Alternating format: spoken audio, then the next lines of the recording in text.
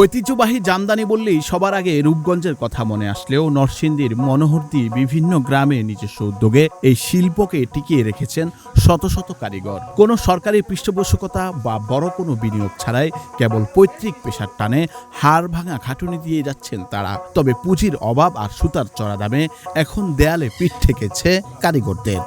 আমি এই কাজ শিখছি ছোটবেলা 2 বছর মাংনা খাইটা কাটা বাদে খাইটা এই কাজ শিখছি। এখন আমি পুরোপুরি শিক্ষা এখন আমি নিজেই করতে পারি।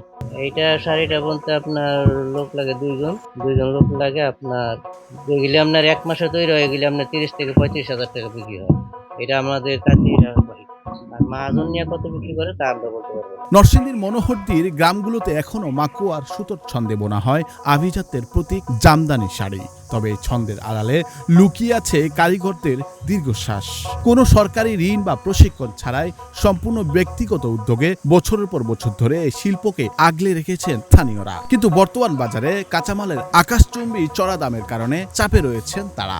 আমি ডিজাইন সুতার কালার টানার কালার আমি নিজেতে পরে আমি কালারিং করে দিই, পরে কারিগর এই কাজ করে তখন আমি বিক্রি করি। একটা শাড়ি আমি টাকাটা অর্ডার দিই, আমার নিজের থেকে অর্ডার দিই 45-50 এই ধরনের টাকা 2 জনের মজুরি দিই। তারপরে গিয়ে আমি বিক্রি করি।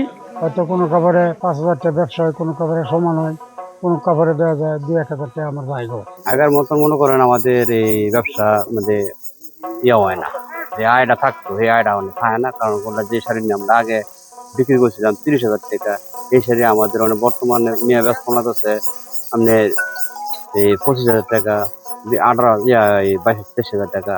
আর আমাদের তো এমন কোনো ক্যাশ কেবল না যাতে শাড়িগুলো যে করো আমরা গোডাউন্স করে রাখি। সরকারের পক্ষ থেকে মনে করেন কোনো খোঁজ খবর আমি পাইছি না। আত্মনির্ভর দেয় তো মনে করেন কারখানার মধ্যে আরো শাড়ি বয়াইতে পারবো, এবং সামনে পুঁজি থাকলে মনে করেন ক্যাশ কেবল থাকলে কিছু বাড়াইতে পারবো। মনোহরদীর জামদানির মান বিশ্বমানের হলেও প্রচার আর বিপণনের অভাবে ন্যায্য মূল্য পাচ্ছেন না কারিগররা। সরকারি বাজারজাত করার সুযোগ না থাকায় মধ্যস্থতাভোগীদের হাতে জিম্মি হয়ে পড়ছে তাদের শ্রম। কারিগরদের দাবি, সরকারি পৃষ্ঠপোষকতা পেলে এই শিল্প হতে পারত এই অঞ্চলের অর্থনীতির মূল চালিকা শক্তি।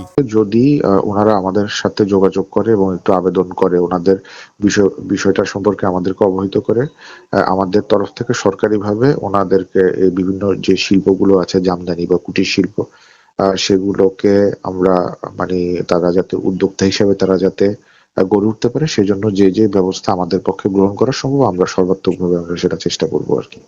কেবল আশ্বাস নয়, দ্রুত কার্যকর পদক্ষেপ চায় প্রান্তিক এই কারিগররা। সরকারি সহায়তা পেলে বিলুপ্তির হাত থেকে রক্ষা পাবে এই প্রাচীন শিল্প। নুরুল আফসার, বৈশাখী সংবাদ।